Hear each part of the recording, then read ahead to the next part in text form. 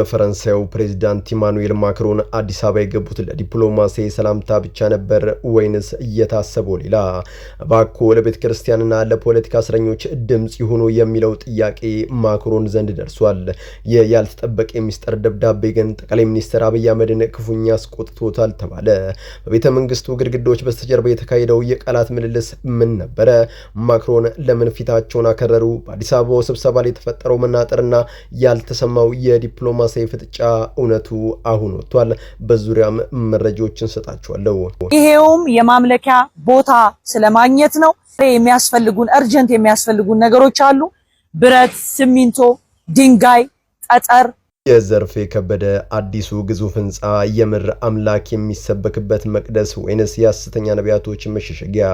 አሁን እየወጡ ያሉ መረጃዎች እጅግ በጣም ያስደነግጣሉ። ይህ ህንፃ የሚገነባው በምናን መዋጮ ብቻ ነው ብሎ ካመኑ ተሳስተዋል።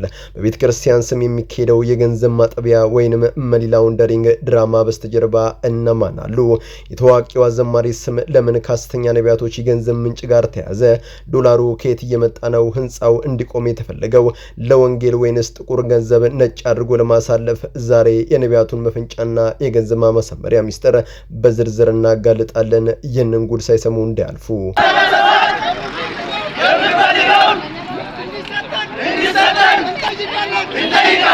አገር ስትኖር ነው እናት የምትኖረው ብሎ ነው የኔ ልጅ 18 ዓመት ልጅ ወጥቶ ደብተሩን ቁጭ አድርጎ ይሄዳል። ልጄ ስልክ ላይ ስደውል ፋኖ ነው አንስቶ ልጅሽ ተሰውቷል ላይ ነው ያለው የተሰዋ ብሎ ያለ ፋኖ ከመከላከያ ሳልሰማ የልጄ ሞት ከፋኖ ነው የሰማሁት። ዛሬ እናቴን ደበደቧት እናቴን በጥፍ በዱላ ምናምን በከስክስ ረገገጧት። አጥንታቸውን ከስክሰው ደማቸውን አፍሰው አገርን ያቆሙ የሰራዊታችን አባላት ዛሬ ታሉ። አካላቸውን ለሀገር ሰጥተው ሜዳ ላይ በወደቀ ደሞዝ የተረሱት የጀግኖቻችን እንባ ማንን ይጠይቃል?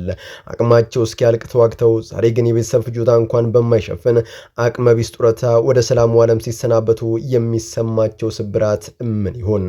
የቀድሞ ወታደሮች በየጥጋ ጥጉ የሚያፈሱት እንባና የሚጠይቁት የመብት ጥያቄ ዛሬም ምላሽ አላገኘም። ዛሬም ጀግኖቻችን ላይ ድረስ ያለውን ልብ የሚነካ በደልና ድምጽ አልባ ሰቆቃ ይዤላችሁ ቀርቤያለሁ። እማ የአገር ስትወረር ማየት አልችልም። አገር ስትኖር ነው እናት የምትኖረው ብሎ ስለኝ መርቄ ነው ልጄን ለአገር ሆ ብሎ ሲወጡ ሸኝቻቸው የተመለሰ። ከመከላከያ ሳልሰማ የልጄ ሞት ከፋኖ ነው የሰማሁት። ዛሬ እናቴን ደበደቧት እናቴን በጥፍ በዱላ ምናምን በከስክስ ረገገጧት። እሷም ደግሞ ወታደር ስታይ በሩጫ ነው ከቤት ወጣ የምታችሁ። እውነት መራራ ናት። ዛሬ ደግሞ ከመራራ መራራ የሆነችውን የጀግና እናት እንባና ሰራዊቱ የዱላ አራት ይዘንላችሁ ቀርበናል። ልጇን ለሀገር ዳር ድንበር ለወገን ሰላም ስትል የገበረች እናት በምላሹ የዱላ አራት ትመገባለች ብሎ ማን ይገምታል? አካሉን ለሀገር የሰጠ ደሙን አፍሶ አጥንቱን ከስክሶ አገርን ያቆመ ጀግና እናት በአደባባይ በመከላከያ ሰራዊቱ አባላት ስትደበደብና ስትገፋ ማየት ይህ ነው እንግዲህ የዛሬዋ ኢትዮጵያ መራራ እውነት። ልጄ ለእናንተ ሲል ነው ህይወቱን የሰጠው፣ ልጄ ለእናንተ ሲል ነው አካል የጎደለው ብላ መብቷን የጠየቀች የጀግና እናት ዛሬ በመሬት ላይ ትጎትታለች። የሀገር ኩራት መሆን ሲገባቸው ሀገር የሰጠቻቸውን ዱላና ጠመንጃ በጀግና እናት ላይ ሲያነሱ ማየት የሊና ሞት እንጂ ሌላ ምን ሊባል ይችላል? ጀግኖቻችን ሀገርን አቅንተው ዛሬ በኑሮ ጎንበስ ብሏል። ነፍሳችንን የሰጠንላት ሀገር ብትኖርም በአሰራሩ ብልሽት የተነሳ ዛሬ መጥለያ የለንም። የጎደለ አካላችንን የምንደግፍበት ጡረታችን ዳቦ ሊገዛልን አልቻለም የሚለው ድምጽ አደባባዩን ሞልቶታል። ጀግና እናት የምትደበበት ጀግና ወታደር በጡረታ ስም የሚራበት እናቶች የልጃቸው መርዶ ከመከላከያ ሲሆን ከሌላ አካል የሚሰሙበት ዘመን ላይ ደርሰናል። እውነቱ ይሄ ነው። መንግስት ለዚህ ውርደት ምን ምላሽ አለው? ጀግኖቻችንስ እስከ መቼ በእንባ ይኖራሉ? እውነቱን መፈለጋችንን እስከ መጨረሻው እንቀጥላለን።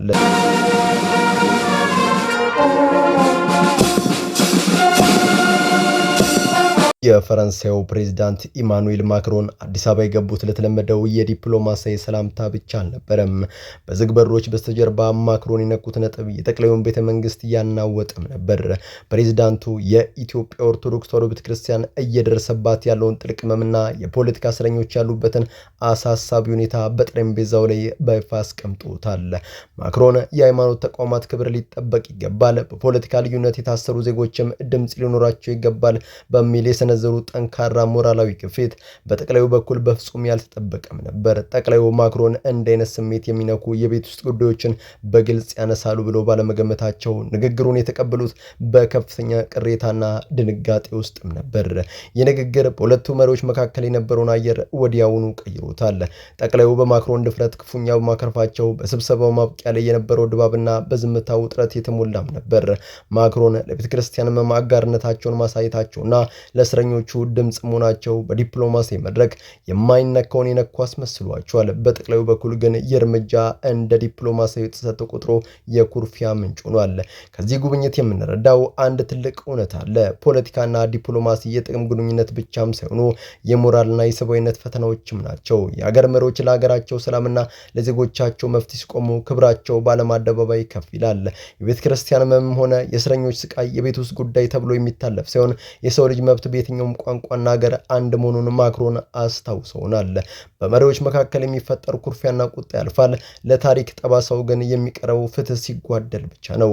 እንደ ሀገር ከውጭ መሪዎች ወቀሳና ምክር ለመስማት ከመገደዳችን በፊት እኛው ራሳችን ለዜጎቻችን ፍትህና ለተቋሞቻችን ክብር የምንሰጥበት ቀን ልንላፍቀው ይገባል። እውነተኛው ሉዓላዊነት የሚመጣው ከውጭ ጣልቃ ገብነት ከመከላከል ብቻም ሳይሆን ከውስጥ የሚፈሰውን የእናትና የዜጎችን እንባ ማድረቅ ስንችል ብቻ ነው። ሰላም ለኢትዮጵያ ሀገሬ። ይሄውም የማምለኪያ ቦታ ስለማግኘት ነው። የማምለኪያ ቦታ አግኝተን አዳራሹን ለመስራት ይሄው እንደምታዩት ቁፋሮ ተጀምሯል። ቤተ ክርስቲያን የነፍስ መዳኛ እንጂ ጥቁር ገንዘብ መደበቂያ መሆን የለባትም። ዛሬ በዝምታ የታለፈውና ብዙዎችን ግራ ያጋባው የዘማሪ ዘርፍ የከበደ አዲስ ግዙፍ ህንፃ ግንባታና በስተጀርባው ስላለው የገንዘብ ምንጭ እውነቱን እንፈትሸዋለን። ላውንደሪንግ ወይም የጥቁር ገንዘብ ማጥሚያ ዘዴ በሃይማኖት ስም በስፋት እየተሰራበት ይገኛል። እንደ ደቡብ አፍሪካዊ ነብይ ቡሽሪና እንደ ናይጄሪያውያኑ ነብይ ነንባዮች ሁሉ በኢትዮጵያ በጌታ ስም የሚነግዱ አካላት በቤተ ክርስቲያን እንደ ሽፋን መጠቀምም ጀምረዋል። ታዲያ የገንዘብ ማጥቢያ ዘዴ እንዴት ነው የሚሰራው? ቀመሩም ቀላል ነው። በህገወጥ ንግድ ከሙስናና ከሌላ ስውር ተግባር የተገኘን ከፍተኛ ገንዘብ በቀጥታ ባንክ ማስገባት ስለማይቻል እንደዚህ ያሉ ግዙፍ ቤተክርስቲያን ህንፃ ግንባታዎች እንደ ሽፋን ይጠቀማሉ። በመናን መዋጮ ስም በቢሊዮን የሚቆጠር ጥቁር ገንዘብ ወደ ግንባታው ማፍሰስ ህገወጥነቱን ደብቀው ነጭ ወይም ህጋዊ ያስመስሉታል። እነዚህ አካላት ቤተክርስቲያንን ከቶ አይወክሏትም። ይልቁንም በጌታ ስም እየነገዱ የድሆችን እምነት ለግል ጥቅማቸውና ለገንዘብ መሻሻያነት እየዋሉ ይገኛሉ። መጽሐፍ እንደሚለው የአባቴን ቤት የንግድ ቤት አታድርጉት ቢባልም የዘመኑ ነቢያት ግን የመቅደሱን ግድግዳ ለዶላር ማከማቻነት መርጦታል። የዘርፍ የአዲስ ህንፃ ግንባታም ከነዚህ ሐሰተኛ ነቢያቶች ስውር የገንዘብ ምንጭ ጋር ያለው ትስስር ብዙ ጥያቄዎችን እያስነሳም ይገኛል። ከዚህ የምንረዳው ትልቁ ቁም ነገር እምነትና የገንዘብ ንግድ መለየት እንዳለባቸው ነው። እውነተኛ ቤተክርስቲያን የምትለካው በህንፃዋ ግዝፈት ሳይሆን በምታፈራው ቅዱስ ትውልድ ነው። ምእመናን ሆይ ለቤተክርስቲያን ግንባታ የምታደርጉት በጎነት ለክርስቶስ መንግስት ይሁን እንጂ ለጥቁር ገንዘብ ማጠቢያ ሽፋን እንዳይሆን ነቅታችሁ ልትጠብቁም ይገባል። በጌታ ስም የሚነግዱና መቅደሱን የዝርፊያ ዋሽ የሚያደርጉ አካላት ታሪክ ፈርዶባቸዋል። እውነተኛው አምልኮ በመንፈስና በእውነት እንጂ በዶላርና በህንፃ ግንባታ ብዛት አይለካም። እውነቱን መውቃችን ከጥፋት ይታደገናል። ቸር ያሰማን። Dead on a cruise ship in the Atlantic and 3 more are now fighting for their lives. And ገና ከኮቪድ-19 ጠባሳ ሳታገግም በውቅያኖስ መሃል የምትገኝ አንዲት ግዙፍ መርከብ ላይ የሞት ድምጽ ተሰምቷል። መርከቧ የደስታና የሽርሽር ማረፊያ ትሆናለች ተብሎ ቢጠበቅም ባልታሰበ ሁኔታ ግን ወደ ተንሳፋፊ መቃብርነት ተቀይራለች። መንገደኞች በድንገት ትንፋሽ እያጠራቸው ሳምባቸው በፍሳሽ እየተሞላና በደቂቃዎች ውስጥ ህይወታቸው ሲያልፍ ማየት በመርከቧ ውስጥ ያሉትን ሁሉ ሽብር ውስጥ ከቷቸዋል። የወረርሽኝ ኮቪድ አይደለም፣ የዝንጀሮ ፈንጣጣም አይደለም። የገዳዩና አስፈሪው ሃንታ ቫይረስ ነው። የቫይረስ ከየት መጣ? እንዴትስ እንዲህ በፈጣን ሁኔታ ሰዎችን መግደል ቻለ? መረጃዎች ልስጣችሁ። ሃንታ ቫይረስ እንደሌሎች ወረርሽኞች በቀላሉ በሰው ንክኪ የሚመጣ አይደለም። ዋናው ምንጩ አይጦች ናቸው። ቫይረሱ በአይጥ ሽንት፣ እርጥበትና ምራቅ ውስጥ የሚገኝ ሲሆን ሰዎች እንደዚህ የደረቁ የአይጥ ተረፈ ምርቶች አየር ላይ ተነው በትንፋሽ ውስጥ ወደ ሳንባችን ሲገቡ ወዲያውኑ ይያዛሉ። በመርከቡ ላይ የተከሰተው አደጋም ከዚሁ ጋር የተያዘ ነው ተብሎ ይታመናል።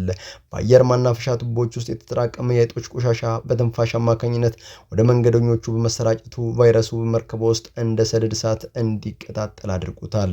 ሃንታ ቫይረስ አንዴ ሳምባን ካጠቃ የመግደል አቅሙ እስከ 38% ይደርሳል። ይህም ከኮቪድ እጅግ የላቀና አስፈሪም ያደርገዋል። የቫይረስ መጀመሪያ ላይ እንደ ጉንፋን፣ ትኩሳት፣ ራስ ምታትና የጡንቻ ህመም ያሳያል። ነገር ግን ከጥቂት ቀናት ውስጥ ወደ አስከፊው የሳምባ ህመም ይቀየራል። ታዲያ ራሳችንን እንዴት እንጠብቅ? ትልቁ ጥያቄ ነው።